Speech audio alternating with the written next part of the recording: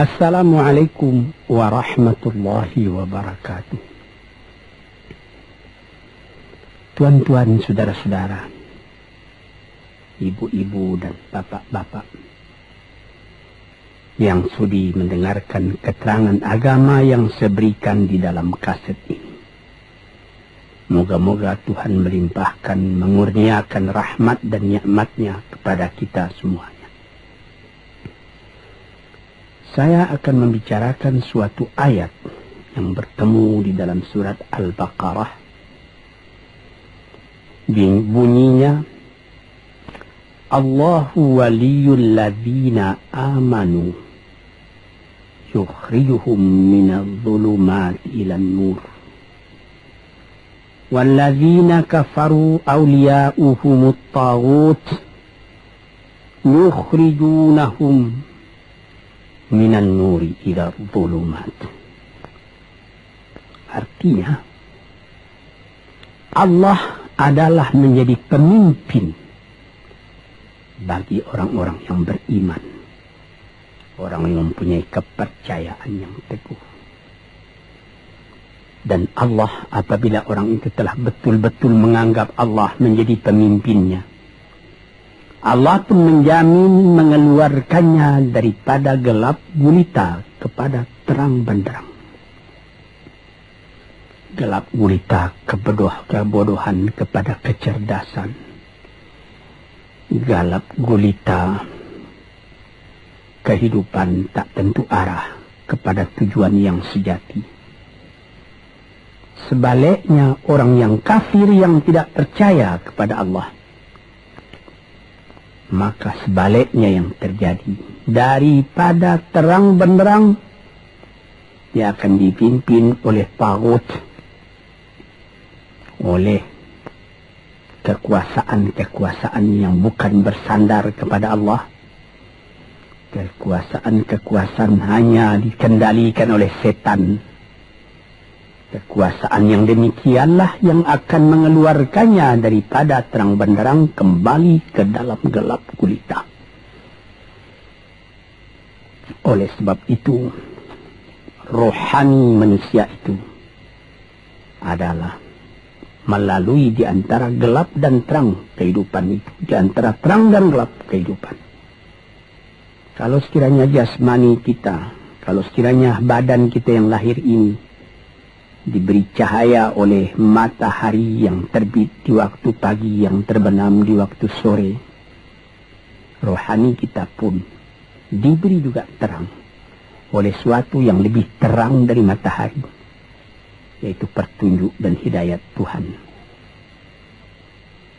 Di dalam Al-Quran, Tuhan memberikan bujukan, memberikan jiwa besar kepada orang-orang yang beriman itu. Tuhan bersabda, La tahinu wa la tahzanu wa antumul a'launa in kuntum mu'minin.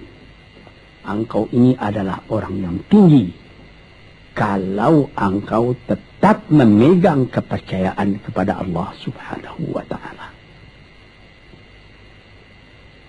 Di dalam perjuangan hidup di dunia ini, perjuangan antara yang hak dengan yang batil, antara gelap dengan terang, antara keyakinan dan keraguan, manusia berjalan di sekitar itu.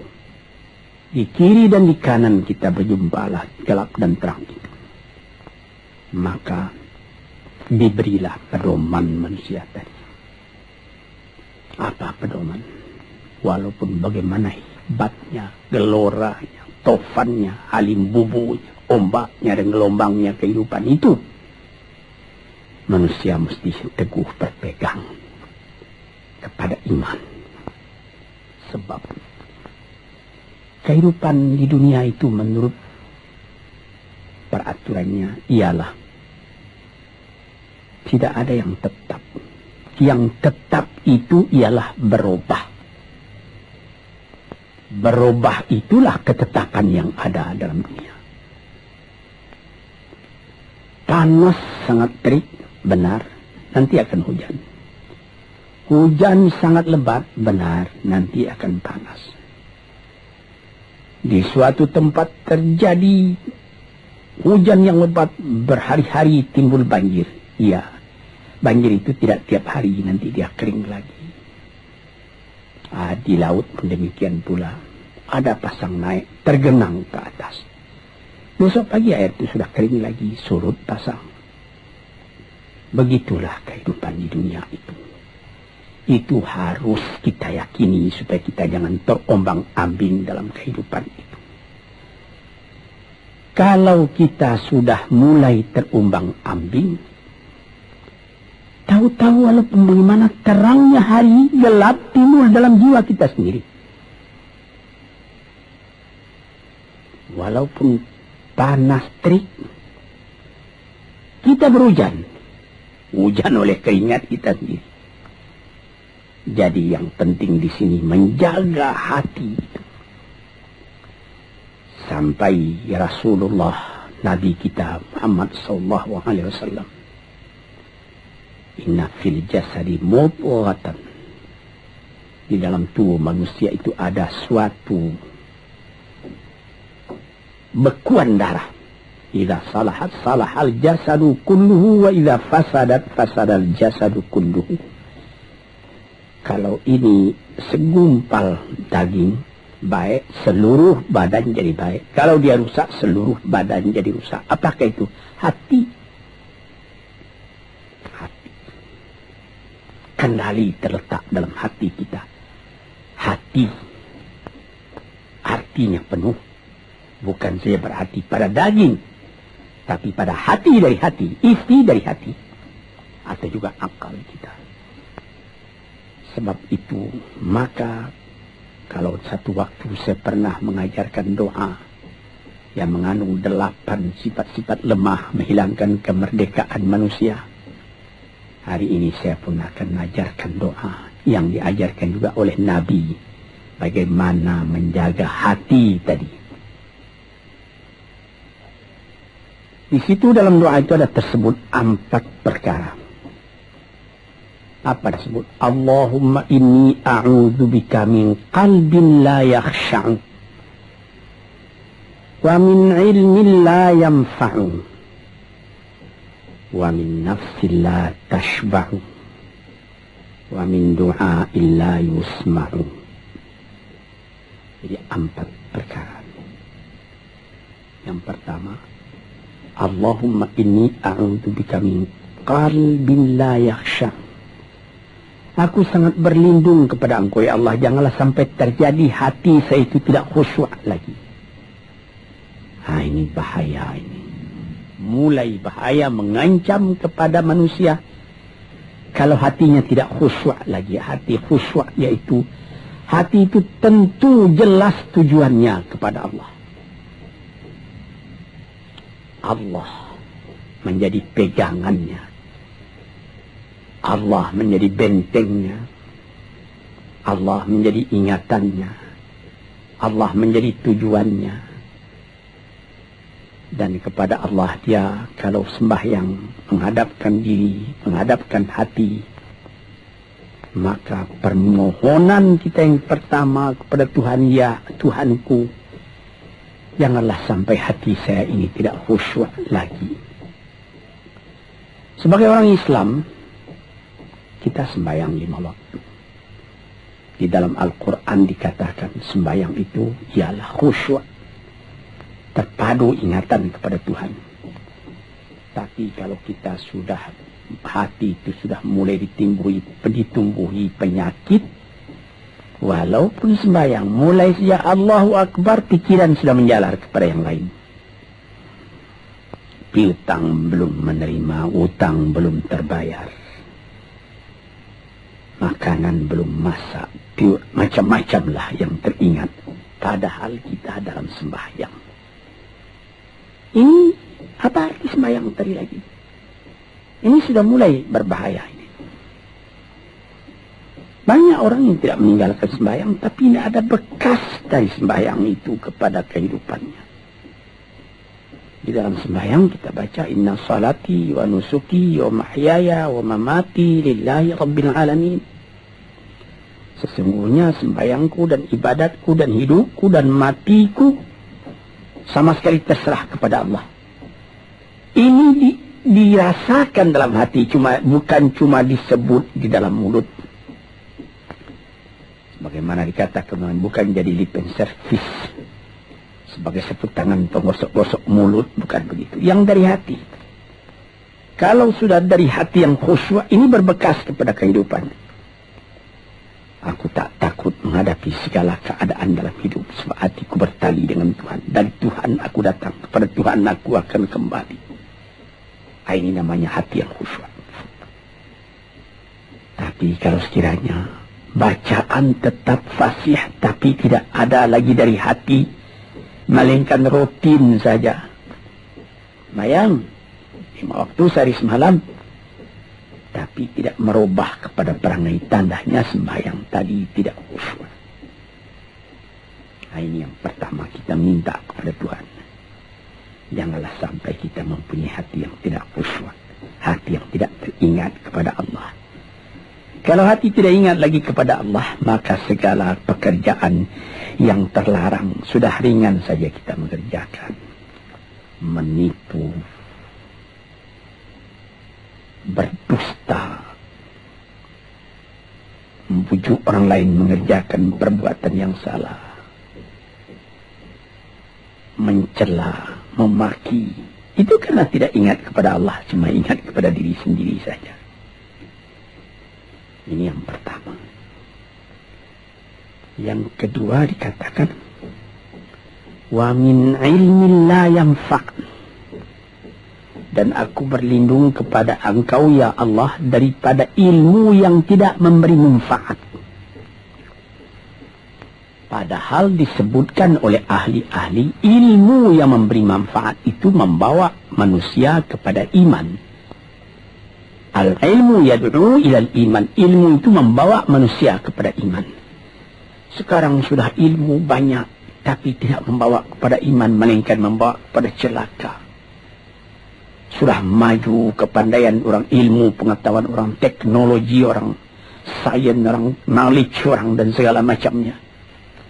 Tapi tidak ada manfaatnya kepada manusia. Cuma bahaya karena ilmu tadi yang datang kepada manusia. Sebagaimana ilmu manusia di abad ke-20 yang sangat penting, yaitu tentang tenaga atom. Maka timbullah bom atom, bom hidrogen, nuklir. Sehingga manusia diancam sekarang ini oleh bahaya atom itu di mana-mana. Apabila kita lihat di televisi, bagaimana mengadakan demonstrasi di Australia, di Jerman Barat, di tempat-tempat yang lain, melihat bagaimana bahaya atom itu kalau terjadi perang dunia yang ketiga. Ya Rabbi ya Karim, bom atom yang jatuh di Hiroshima itu belum ada artinya dibandingkan dengan bom yang sekarang, yang sedang disimpan oleh kerajaan-kerajaan, oleh negara-negara besar untuk menghancurkan. Nah, ini ilmu ini. Tetapi ilmu yang membawa bahaya, bukan saja tidak memberi manfaat, bahkan memberi bahaya.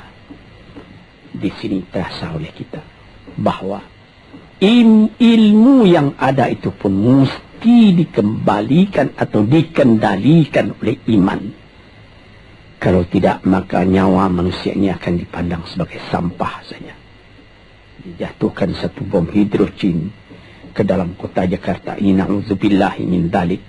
Umpamanya dimasukkan kota Jakarta ini satu bom hidrogen saja, itu sudah habis penduduk Jakarta yang lebih dari 5 juta ini. La haula wala quwata illa billah. Ini diminta kepada Tuhan, ya Allah, majulah ilmu manusia, majulah teknologi manusia, tetapi jangan hendaknya kemajuan itu membawa kepada bahaya.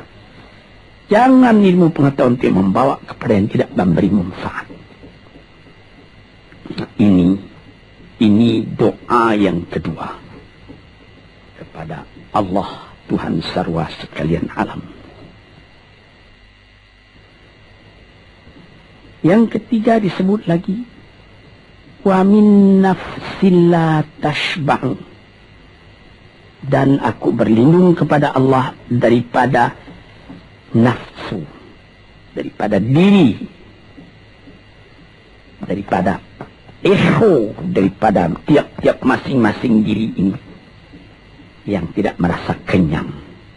Ini juga bahaya besar.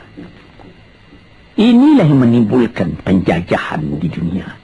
Inilah yang menimbulkan, disebut dalam bahasa Arab, al-ghazwul fikri, penjajahan. Sesudah Perang Dunia Kedua sudah banyak negeri-negeri yang merdeka, tetapi sekarang timbul lagi penjajahan baru.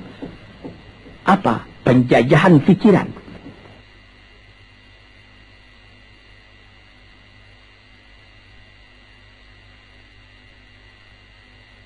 Sehingga bangsa yang merdeka tadi tidak merdeka lagi fikirannya. Dia merdeka di dalam meniru kepada bangsa yang lebih kuat. Itu namanya terjajah juga. Jadi tuan-tuan yang terhormat, apa pangkalnya ini? Daripada nafsu serakah manusia. Nafsu serakah manusia sebagaimana tersebut di dalam hadis. Lau kana libni adama wadiyani min dhahabin labtagha salisan wa ma yamla'u jawf ibni adama illa turab. Kalau manusia itu mendapat suatu lembah yang penuh dengan kekayaan emas, suatu lembah, dia ingin supaya mendapat satu lembah lagi yang penuh juga dengan emas. Dapat 2 lembah, dia minta 3 lembah lagi yang penuh dengan iman. Nafsu manusia tidak pernah kenyang. Padahal akhirnya kalau dia sudah menutup mata, tidak ada yang akan memenuhi perutnya melainkan tanah. Saya teringat akan cerita yang disampaikan oleh Graf Leo Tolstoy, pujangga Rusia yang terkenal, bahwa orang yang tidak mempunyai nafsu yang kenyang itu, pada suatu hari katanya, ada satu orang kaya mempunyai tanah yang luas. Dia mengatakan kepada orang, boleh tuan-tuan mengambil tanah kepunyaan saya ini, berapa tuan suka, berapa tuan mau. Syaratnya cuma begini, sepanjang yang tuan berjalan dari timur ke barat, lantas sebelum matahari terbenam, tuan sampai kembali ke tempat tuan melangkah pertama tadi. Berapa saja tuan suka, boleh ambil tanah ini. Maka datanglah si tamak tadi. Tuan yang punya asli tanah tadi mengatakan, bawalah bakal, jangan lapar di jalan nanti. Baik, dibawanya nasi sebungkus, dia berjalan, jalan. Dari pukul 7 pagi. Kalau diambil kekuatan, hendaknya pukul 10 dia sudah makan.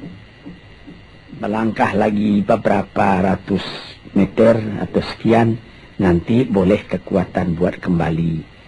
Sehingga sebelum matahari terbenam, dia sudah sampai ke tempat dia menuju bermula.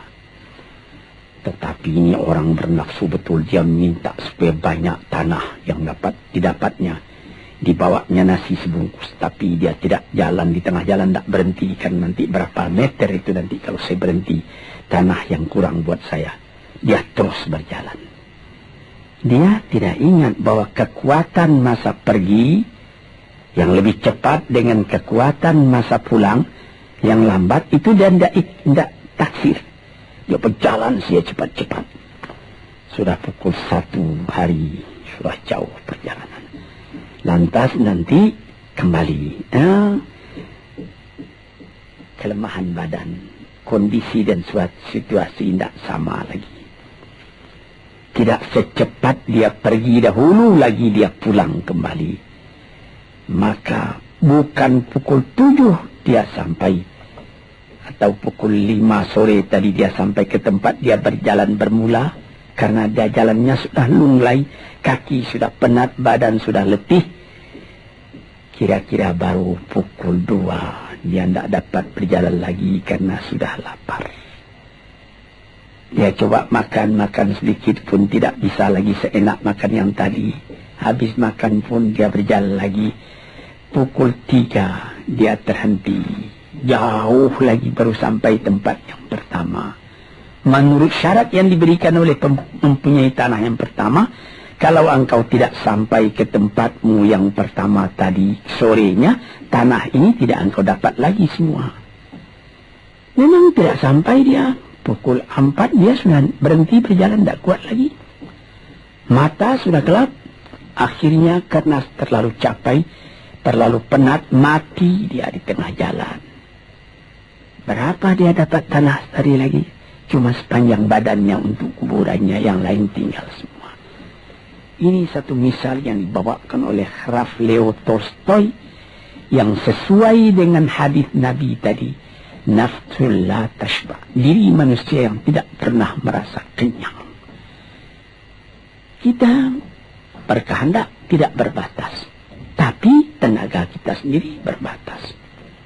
Ini kerap kali tidak difikirkan oleh manusia. Dia punya angan-angan, dia punya macam teori yang dikeluarkan.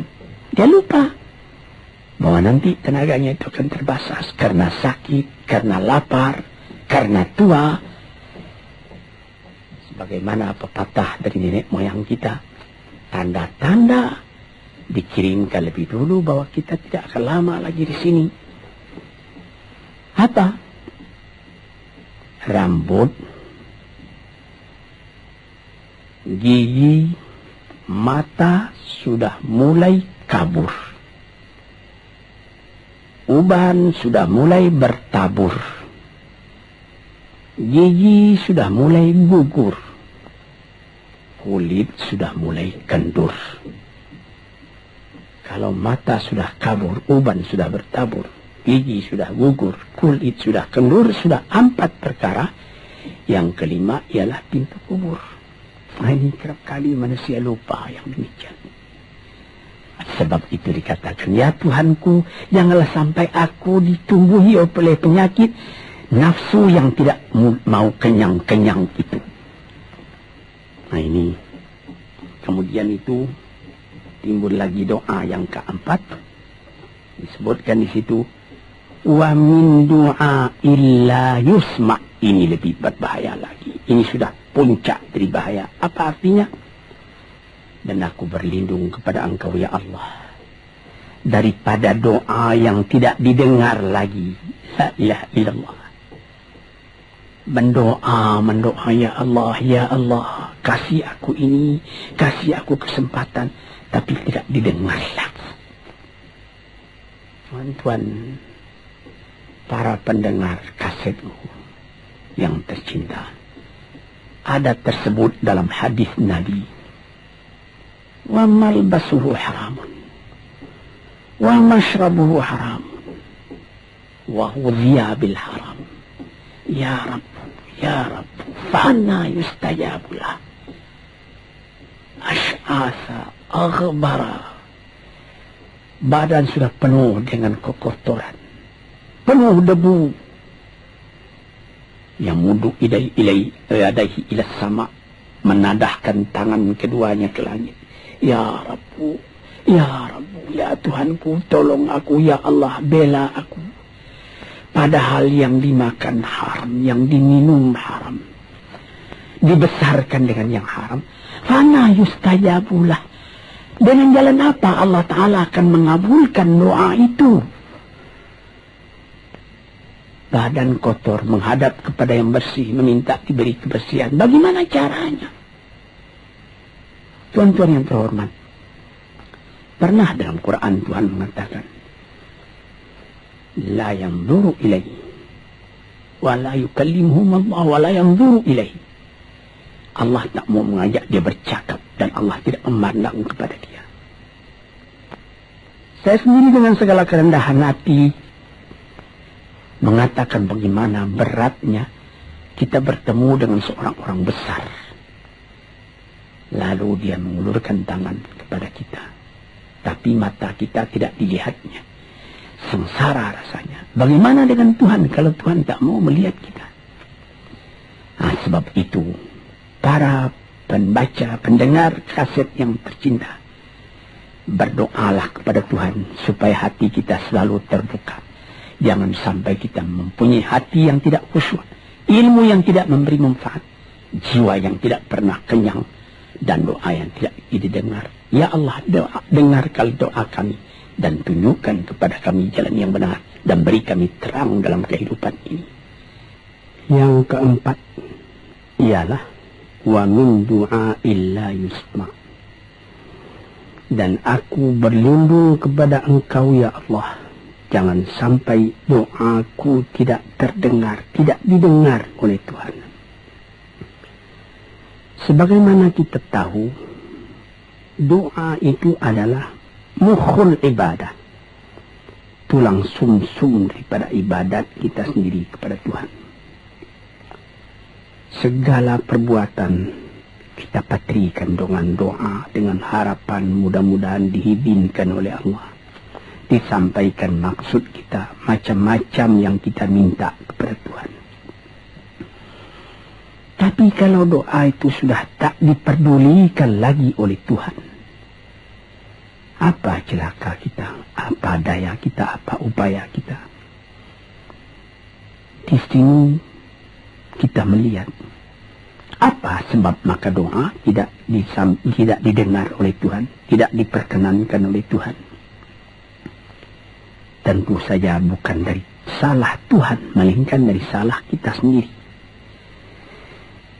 Di dalam Al-Quran dikatakan, Iyyaka na'budu wa iyyaka nasta'in. Al-Fatihah tersebut, kepada Engkaulah kami menyembah, ya Allah, dan kepada Engkau kami minta tolong. Tapi dengan tidak sadar, kerap kali kita berbuat terbalik. Iyyaka nasta'in wa iyyaka na'budu, kepada Engkau kami minta tolong, lalu kepada Engkau kami menyembah. Minta tolong dulu baru menyembah. Minta tolong banyak-banyak, tapi terima kasih tidak ada. Tentu saja tidak didengar oleh Tuhan. Di dalam satu hadis tersebut,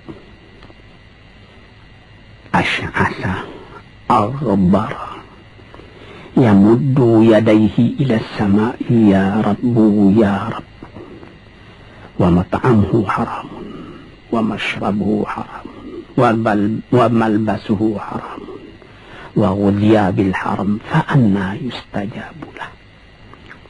Badan sudah kotor, sudah berkerunyut, kesusahan, kegelisahan kehidupan terbayang kepada tubuh sendiri. Lalu menadahkan tangan ke langit meminta kepada Allah, ya Tuhanku, ya Tuhanku. Bagaimana Tuhan bisa mengabulkan? Dengan pikiran yang kotor engkau menghadap kepada Tuhan. Kalau tidak terkabul, jangan Tuhan yang disalahi, hatimu sendirilah salahi. Apa yang engkau perbuat dalam kehidupan ini? Di mana terdesak engkau ingat kepada Tuhan. Di zaman kesenangan engkau lupakan Tuhan. Di dalam mendapat percobaan engkau merengek mengadu kepada Tuhan.